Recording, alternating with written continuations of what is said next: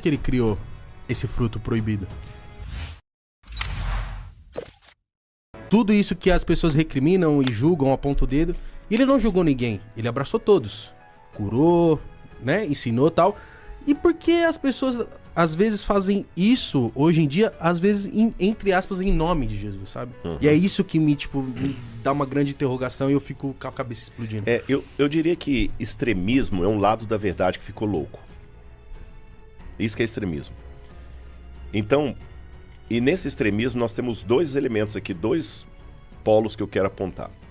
Tem aqueles que em nome de Jesus julgam e condenam todo mundo ao inferno, e tem aqueles que em nome de Jesus passam um pano para tudo enquanto é erro. A gente tem que também fazer a diferença. Você entendeu? Porque Jesus, ao mesmo tempo, você tem razão, ele comia com prostitutas, pecadores, etc. Mas ele também falou com a mulher adúltera, vai e não peques mais. Ele falou com outro cara lá que ele curou, olha, não peque de novo para que coisa pior não te aconteça. E ele também julgou pesado quando alguns queriam vacilar ali. Então, essa sensibilidade de amar o meu semelhante e ver nele não o que ele é, mas o que ele pode vir a ser transformado pela graça de Deus. Por quê? Eu acabei não respondendo a pergunta que você me fez lá atrás de nós a imagem de Deus. Sim, sim. Quando Deus resolveu criar seres que não eram como ele teve que pagar um primeiro preço lá atrás. Sabe qual foi o preço? Qual? Ele tinha que se diminuir para ser compreendido. E como ele fez isso? Nossa. Aí ele se irritou. A pessoa de Jesus. Entendi. O Lutero dizia o seguinte, que os homens usam uma máscara para esconder o rosto deles. Deus é o único que usa uma máscara para mostrar quem ele é. Porque Deus é tão grandioso, tão grandioso, tão grandioso, que o único jeito de Deus se mostrar é se escondendo. Ele diminui a glória dele. Então Jesus... Ele se passou por ingênuo? Não, Ingênuo assim, eu vou pegar a primeira parte. Ele se passou por... Não. Ele se tornou um de nós. Foi o preço para nós compreendermos. Tem uma outra história que eu conto também, que é como se fosse um aquário com peixes do mar. Essa história, na verdade, é de Philip Yancey. E o dono do aquário, toda vez que ele ia colocar a cara lá no aquário, os peixes tudo saiu fugindo dele. Pô, mas caramba, eu cuido desses peixes, o pH da água é caro, ração cara, paguei caro, mantém tudo. E os peixes não entendem o quanto eu usando. Toda hora que eu chego para cuidar deles, eles correm de mim. Aí alguém falou assim, mas você também é muito grande, você parece Deus para eles. Aí ele perguntou assim, tá, e como é que eu faço então para mostrar que eu amo? Só tem um jeito, você virar peixe e entrar no aquário.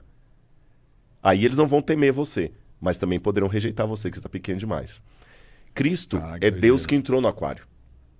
Por isso que ao mesmo tempo que ele é grandioso... Ele morreu crucificado. Ele morreu crucificado, é tão pequeno.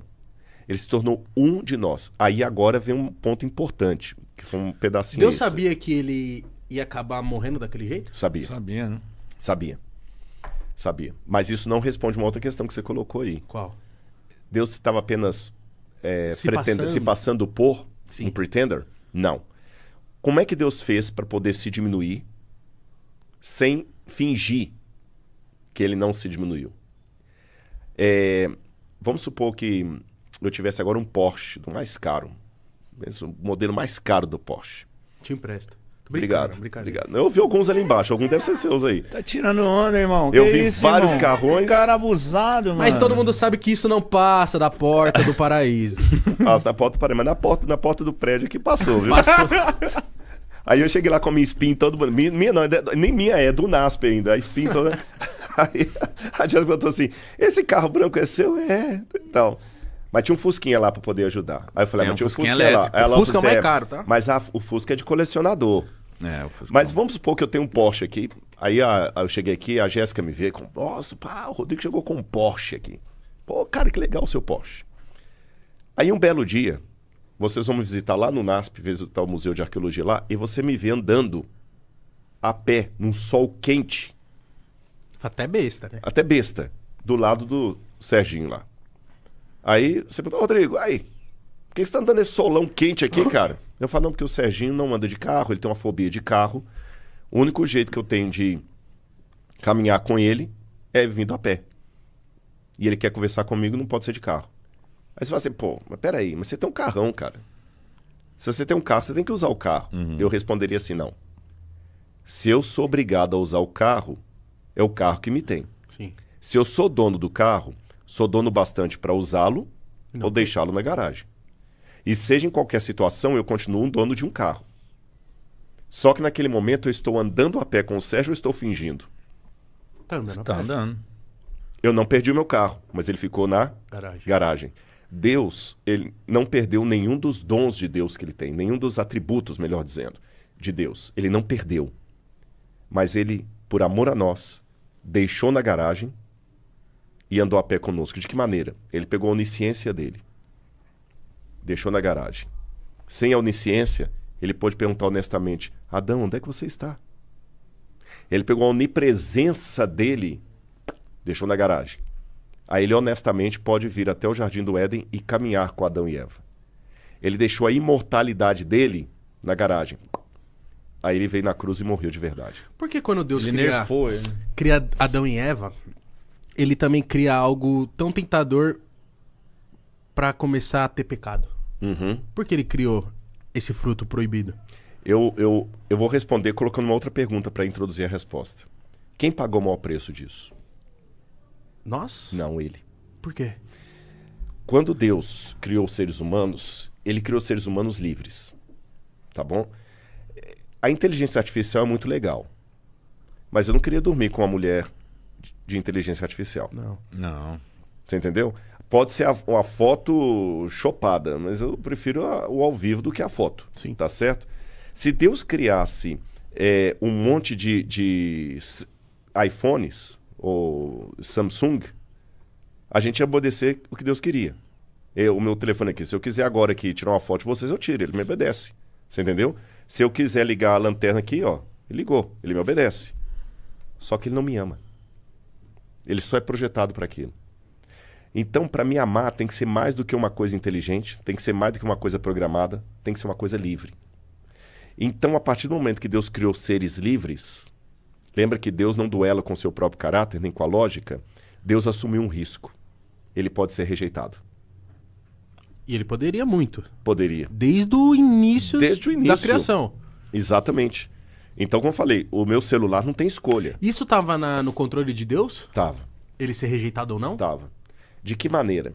Ele estava disposto a pagar o preço. Como eu falei, o celular não rejeita o que eu falo. A Laura pode rejeitar. Sim. Mas é melhor tê-la no relacionamento que relacionar com o celular. Uhum. Então ele criou seres livres. Só que ele colocou leis no universo para organizar a vida desses seres livres. Tanto leis naturais, leis da física, como leis morais. Por exemplo, o Sol tem a sua órbita. O Sol não está ali para poder ficar... A Terra não está ali para ficar fazendo quadrado. Tudo direitinho. Agora, quando essa lei de Deus foi quebrada, começou uma coisa no universo chamada morte. Antes não existia? Não.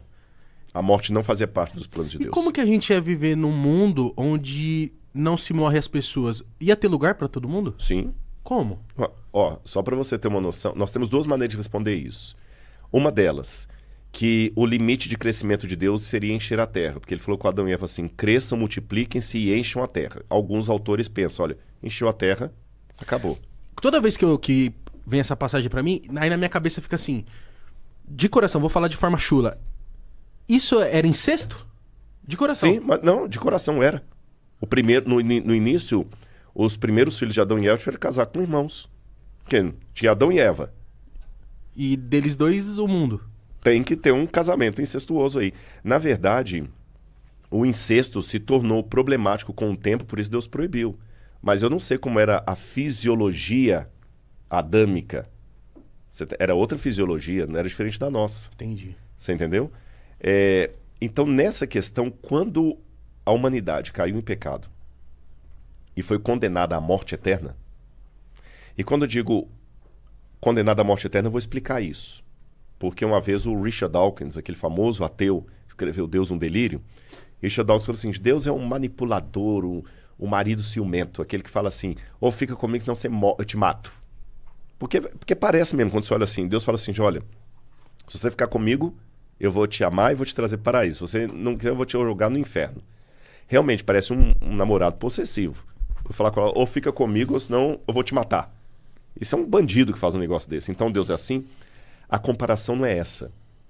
Quando Deus fala para nós ficarmos nele, senão nós vamos morrer, Seria algo semelhante à água dizendo para o peixe, viva em mim, senão você vai morrer.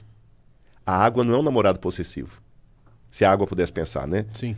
A água é o único meio do peixe viver, porque não existe vida de peixe fora d'água. Então, se a água vira para o peixe e fala assim, peixe, não saia de mim, senão você vai morrer, a água não está sendo manipuladora, nem possessiva, nem arrogante, nem ciumenta. A água está sendo apenas lógica.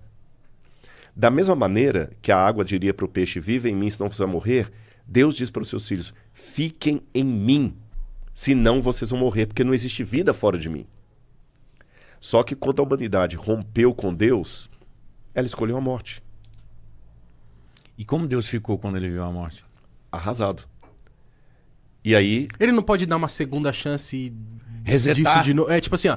Erraram. Resetar. Tchum, vão de novo, mais uma, pra ver se Eva e Adão vão... Poderia, se ele não fosse coerente com o caráter dele. Pô, é Deusão, né? Mas ele não tá Deusão. devendo... Mas tipo assim, Deus não tá devendo explicação pra ninguém. É, mas Deus não duela com o seu caráter. Essa que é a questão. Nós duelamos com o nosso caráter. Você entendeu? A gente Sim. tem aquele negócio, não, no escondido eu faço, no ao vivo não. Deus não duela com o seu caráter. Porque... Mas se ele sabia de tudo, como que ele não sabia da morte? Ele sabia, e ele resolveu pagar o preço mesmo assim. Ah, E como é que é essa questão de pagar o preço? Outra parábola para vocês. Dizem que uma vez um rei colocou regras no reino dele para organizar a vida de todo mundo. E tudo funcionava bonitinho. Por exemplo, ninguém roubava naquele reino, porque estava escrito na lei lá, se alguém roubar vai ter os olhos arrancados. Causa e consequência. Ninguém roubava. Todo mundo dormia com a porta aberta, não tinha tranca, a delegacia ficava às traças, porque ninguém ia preso. Se roubava, quem quer perder o olho? Um belo dia, os soldados trouxeram majestade. Esse rapaz aqui foi apanhado em flagrante, roubando. E a lei mandou arrancar os olhos. Sim, a lei manda isso. Só que tem um problema, majestade, é o seu filho. É o príncipe. nossa. E o menino implorando, pai, não arranca meu olho, não, pai, não arranca meu olho, não arranca meu olho. Se você fosse aquele rei, o que você faria? Eu não ia arrancar, não. No papo reto. No papo reto. Eu, não no arranca- papo reto eu não arrancaria não, do meu filhote, não. Ele falou, cara... Aham. eu- Se dá você uma não sandalhada arrancasse, nele, assim. o que o povo ia falar? Ah, esse rei não é justo. Se fosse o filho da lavadeira, ele arrancava. Mas como é o filhinho dele, e ele também não ia dar dando exemplo nenhum pro filho. Eu sou muito suave, acho que eu não ia arrancar o O olho que de que ele ninguém, não. fez? Ele arrancou? Não. Ele podia mudar a lei também, né? Mas não, também não dá certo. Se ele também arrancasse, também ia dar problema. Porque se ele arrancar fazendo esse rei não teve misericórdia nem do filho dele, quanto mais de nós. Que rei tirano. Então ele não podia arrancar e não podia não arrancar. Palavra de rei não volta atrás. Sabe o que ele falou? Palavra de rei não volta atrás. São 2 olhos que a lei requer, Os são meus. 2 olhos que a lei terá. Os dele. Arranquem os meus olhos e deixe meu filho vivo. Por que ele fez isso? Por amor. Ele conjugou o amor divino com a posição soberana de monarca. Deus fez a mesma coisa. O ser humano precisa de perdão, ele terá o perdão. Mas para perdoar a humanidade, alguém tem que enfrentar a morte eterna. Aí fala São João 3,16. Deus amou o mundo de tal maneira que deu seu único filho, para que todo aquele que nele crê não pereça, mas tenha vida eterna. Ou seja, para a gente ter esse papo reto aqui, Jesus morreu na cruz do Calvário. E isso para mim é tão sério, tão forte, tão lindo, que eu sei que a única coisa que me garante ir para o céu não é a boa obra que eu faço, não é a caridade que eu faço, não é guardar a lei, é aceitar a Cristo como Salvador pessoal. E os meus pecados estão lavados no sangue do Cordeiro. E daqui por diante, e os erros que eu cometer, Ele pode me perdoar se eu me arrepender.